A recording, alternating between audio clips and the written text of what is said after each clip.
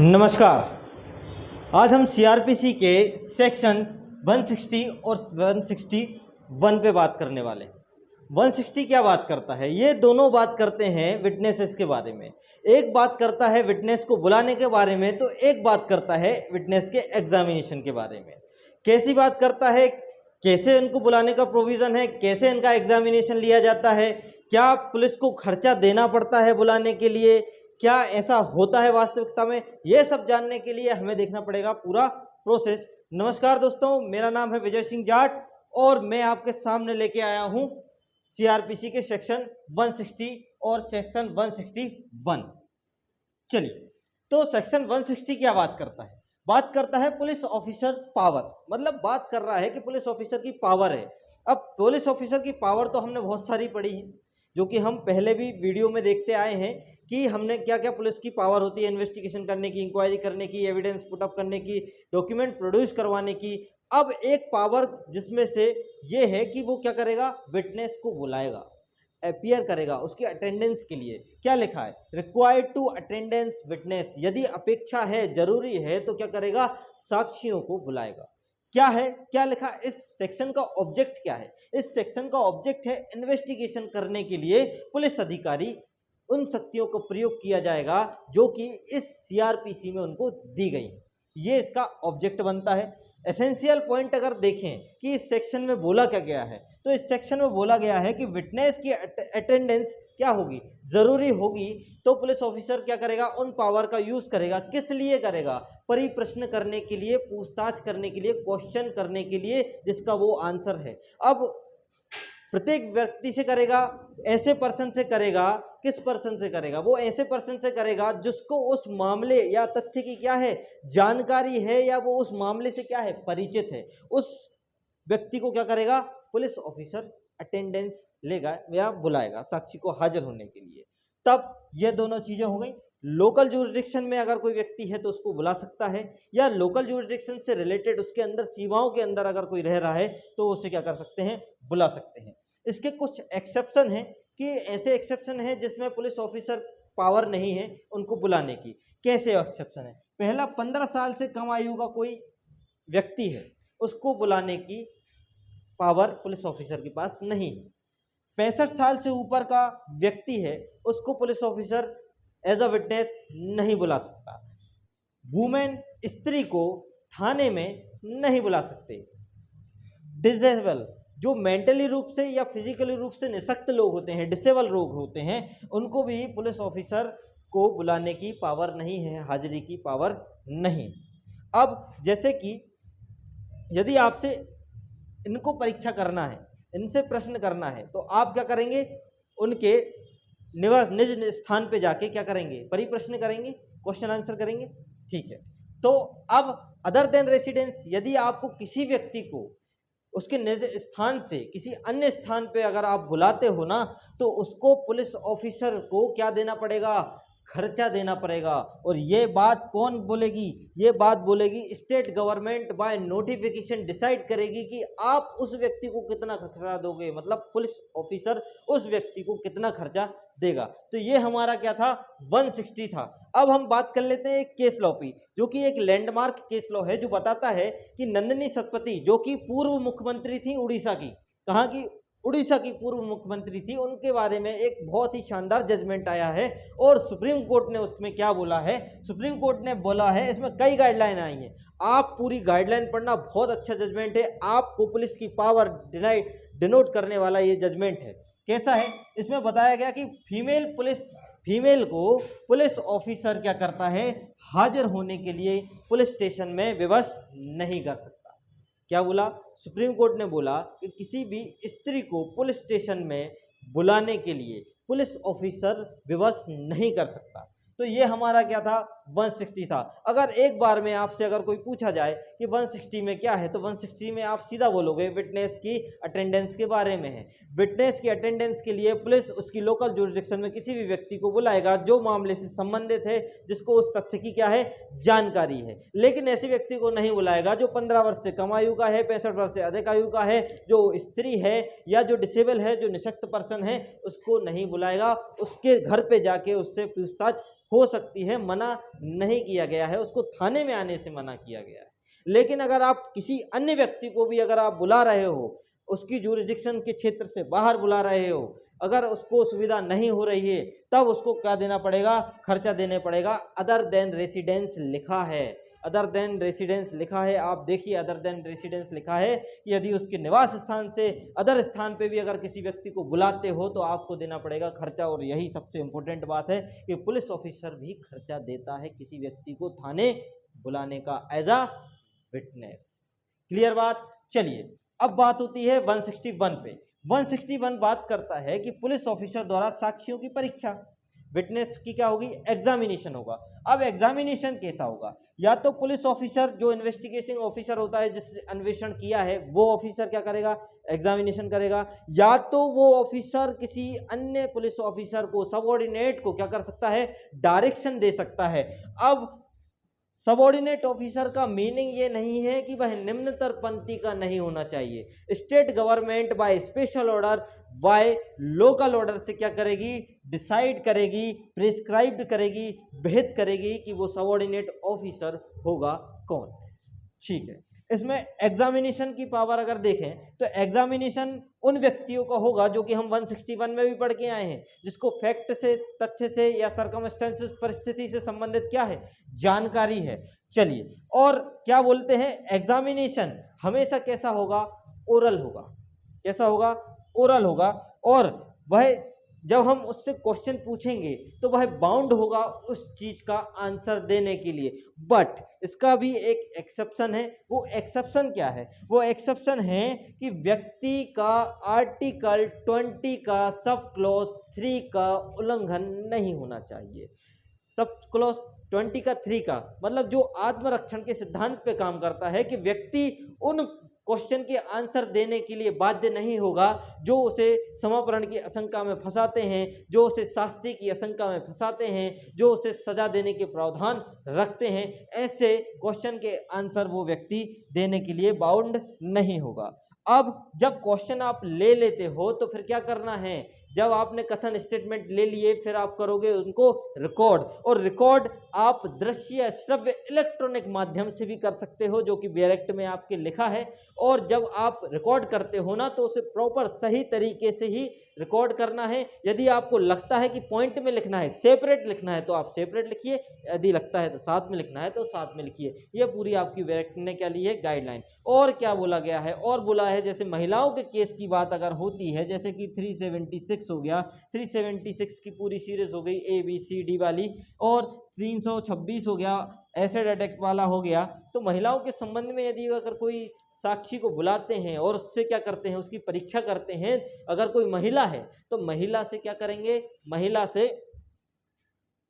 Police महिला अधिकारी उसकी क्या करेगी, एग्जामिनेशन करेगी। तो हमने क्या सीखा कि अगर आपको रिक्वायर है उसकी अटेंडेंस करने के लिए तो आप अन्य स्थान पे नहीं बुला सकते, बुलाओगे तो आपको देना पड़ेगा खर्चा। क्लियर, इसका ऑब्जेक्ट ये होता है। और 161 में आपका एग्जामिनेशन पावर बनाती है कि आप बुलाते हो तो एग्जामिनेशन करोगे या उसके स्थान पे जाके क्या करोगे, एग्जामिनेशन करोगे। चलिए अब हम बात करेंगे 162।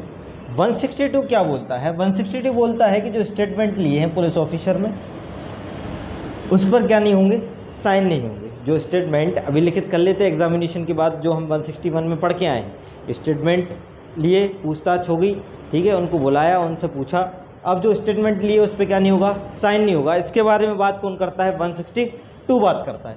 क्या बात करता है, देखो जनरल रूल तो ये है, क्या जनरल रूल है कि एनी स्टेटमेंट, किसी भी प्रकार के जो स्टेटमेंट होते हैं उनका यूज़ किस में होता है, ट्रायल में होता है, जांच विचारण में होता है।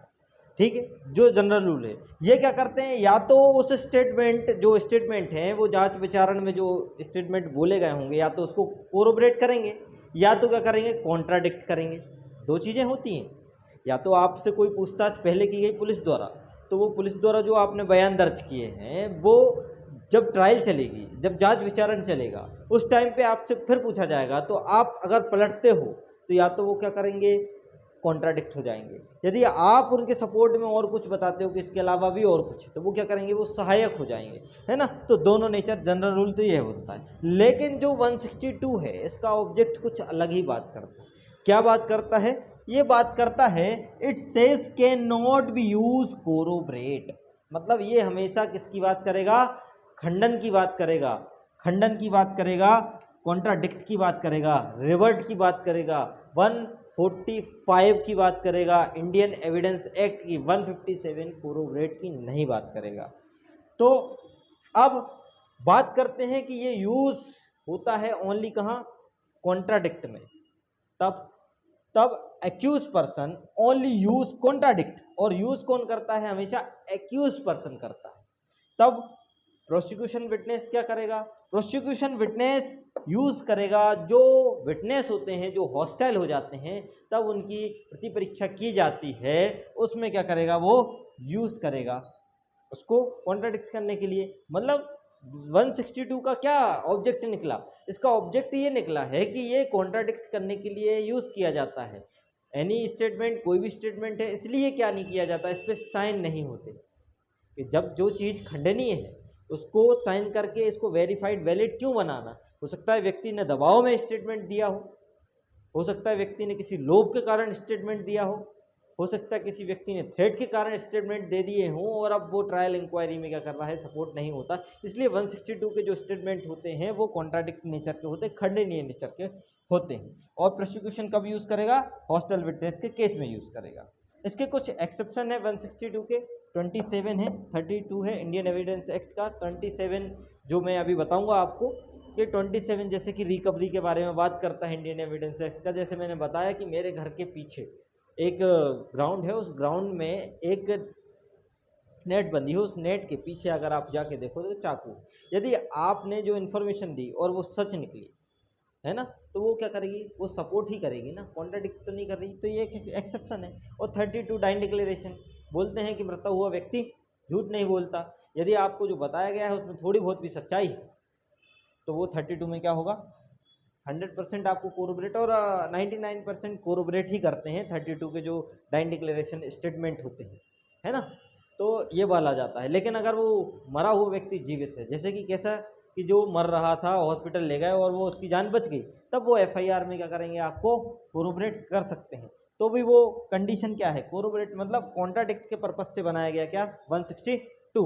ऑब्जेक्ट क्या है, ऑब्जेक्ट ये है कि एक्यूज पर्सन को जो ओवर जिलेस अति उत्साहित पुलिस ऑफिसर होते हैं, अति उत्साहित, है ना, और जो झूठे गवाह होते हैं, जो अनट्रुथफुल विटनेस होते हैं, उनके खिलाफ अभियुक्त की रक्षा करना इस सेक्शन का क्या है, ऑब्जेक्ट है। कि एक्यूज पर्सन को प्रोटेक्शन देना है भैया। जो अति उत्साहित पुलिस ऑफिसर जो बिल्कुल डरा धमका के आपसे विटनेस ले वो बुलवा लेते हैं, बोलो इसने मर्डर किया, बोलो इसने मर्डर किया, है ना, माना जाता है, ऐसा होता नहीं है। मतलब ऑब्जेक्ट बता रहा हूँ इसका कि 162 का ऑब्जेक्ट है। और झूठे जो गवाह हो जाते हैं, जो झूठ बोलने के लिए आते हैं कि हाँ इसने मारा मैंने देखा, इसने मारा मैंने देखा, तो इसको रक्षा करने के लिए कौन है, ये मानता है कि भैया उससे साइन मत कराइए, वो कॉन्ट्राडिक्टरी नेचर के हैं। ठीक है, तो अब हम बेयर एक्ट की लैंग्वेज पे बात करते हैं कि बेयर एक्ट में क्या बोला गया है। 162 हमने अभी देखा, उसका ऑब्जेक्ट देखा, हमने पढ़ा कि क्या प्रोसीजर होगी। चलिए अब बात करते हैं statement not police to be sign. मतलब अगर आपने कोई भी स्टेटमेंट दिया है तो पुलिस ऑफिसर क्या नहीं होगा, उस पर साइन कराने के लिए लायबल नहीं होगा, आप साइन नहीं करवाएंगे आपसे। एनी पर्सन का यूज़ किया गया है कि एनी पर्सन कौन होता है, तो नंदिनी शतपथी वाला अगर केस आपने पढ़ा होगा तो नंदिनी शतपथी वाले केस में एनी पर्सन को क्या माना गया, एक्यूज पर्सन माना गया अंडर 162। एक्यूज पर्सन, इसमें बोला गया कि एक्यूज पर्सन जो पुलिस क्वेश्चन करती है उसका आंसर देने के लिए क्या है, बाउंड है। चलिए अब ड्यूरिंग इन्वेस्टिगेशन यदि आपसे कोई पूछताछ होती है और आप स्टेटमेंट देते हो तो वो पुलिस के समक्ष देते हो, उसको क्या किया जाता है, रिकॉर्ड किया जाता है, अभिलिखित किया जाता है, रिटन में लिखित में किया जाता है। तब ड्यूरिंग इंक्वायरी और ट्रायल के सिवाय उसका यूज अदर पर्पस के लिए किया जा सकता है, लेकिन उसका यूज ट्रायल और इंक्वायरी में नहीं किया जाएगा, जो 162 में लिखा है। और क्या लिखा है, ये लिखा है कि विटनेस को जब अपियर करते हैं, विटनेस को जब हाजिर होता है विटनेस, तब स्टेटमेंट देता है और उसका कोई भी पार्ट अगर साबित हो जाता है, तब साबित हो जाता है, तब प्रोसिक्यूशन में जो उसमें बात बोली कि अगर कोई पार्ट साबित हो जाए तो वो साबित हो जाएगा, तो वो एक्यूज के लिए क्या होगा, एक बेनिफिट होगा कि अगर कोई पार्ट साबित हो गया तो वो एक्यूज के लिए क्या होगा, बेनिफिट होगा। लेकिन इसमें बोला गया है कि जो 162 में जो स्टेटमेंट दिए जाते हैं वो अभियोजन साक्ष्य के लिए क्या होंगे, वो अग्राह्य होंगे। मतलब ये जो ऑब्जेक्ट बात करता है ये एक्यूज की रक्षा करने के लिए बनाया गया, किसकी रक्षा करने के लिए बनाया है? एक्यूज की रक्षा करने के लिए बनाया है, जो कि हम पढ़ के आए हैं। लेकिन एक केस है बलदेव सिंह वर्सेस पंजाब राज्य, इसमें साफ क्लियर बोल दिया कि आपने जो 161 में जो स्टेटमेंट दिए हैं ना, वो स्टेटमेंट सारभूत साक्ष्य का नहीं होगा, सब्सटेंटिव एविडेंस के रूप में नहीं माने जाएंगे। इसके आधार पे आप कन्विक्शन नहीं कर सकते, जैसे कि एफआईआर को सारभूत साक्ष्य का एविडेंस नहीं माना जाता। इसी के साथ जो 202 में जो स्टेटमेंट दिए जाते हैं आफ्टर कॉग्निजेंस लेने के बाद, यह पढ़ा है ना 202, तो आफ्टर कॉग्निजेंस लेने के बाद जो स्टेटमेंट दिए जाते हैं वो 162 की कोटि में नहीं आते, वो मतलब 162 में फॉल नहीं होंगे, वो भी रिलेवेंट नहीं होंगे। अब बात कर लेते हैं किसकी, कि एक एग्जाम्पल के थ्रू समझाता हूँ 27 क्या होता है। 27 इसका एक्सेप्शन बनता क्यों है, 32 इसका एक्सेप्शन बनता क्यों है। एग्जाम्पल ये है कि यदि एक पत्र लिखा जाता है एक पुलिस अधिकारी को बेनाम, नाम दर्ज नहीं रहता उसमें, अभियुक्त के द्वारा लिखा है, नाम दर्ज नहीं, उसमें एक चौकीदार की शिकायत होती है और इसी के साथ हत्या भी उसकी कर दी जाती है, तब वह 162 के स्टेटमेंट के रूप में यूज़ नहीं किया जाएगा, वह यूज़ किया जाएगा 27 रेलेवेंसी, जो रिकवरी के बारे में बात करता है इंडियन एविडेंस एक्ट की। इसी के डाइन डिक्लेरेशन की बात करें कि डाइन डिक्लेरेशन, यदि किसी व्यक्ति ने मृत्यु के समय अगर कोई कथन दिया है तो वो क्या कहलाता है, डाइन डिक्लेरेशन कहलाता है। 162 के 1 में वो क्या नहीं किया जाएगा, बाधित नहीं होगा। पुलिस अधिकारी उसके समक्ष डाइन डिक्लेरेशन के आधार पर एक्यूज पर्सन की दोष सिद्धि को अवैध नहीं माना जाएगा। ठीक है, ये वाली बात भी इसमें बोली गई थी। अब इसके 2-3 केस लॉ और हैं लेकिन इंपॉर्टेंट नहीं है। इसी के साथ हमारा ये 161, 160, 162 कंप्लीट हुआ। और अधिक जानकारी के लिए जुड़े रहिए ड्रीम जुडिशरी इंदौर के साथ। शुक्रिया, नमस्कार।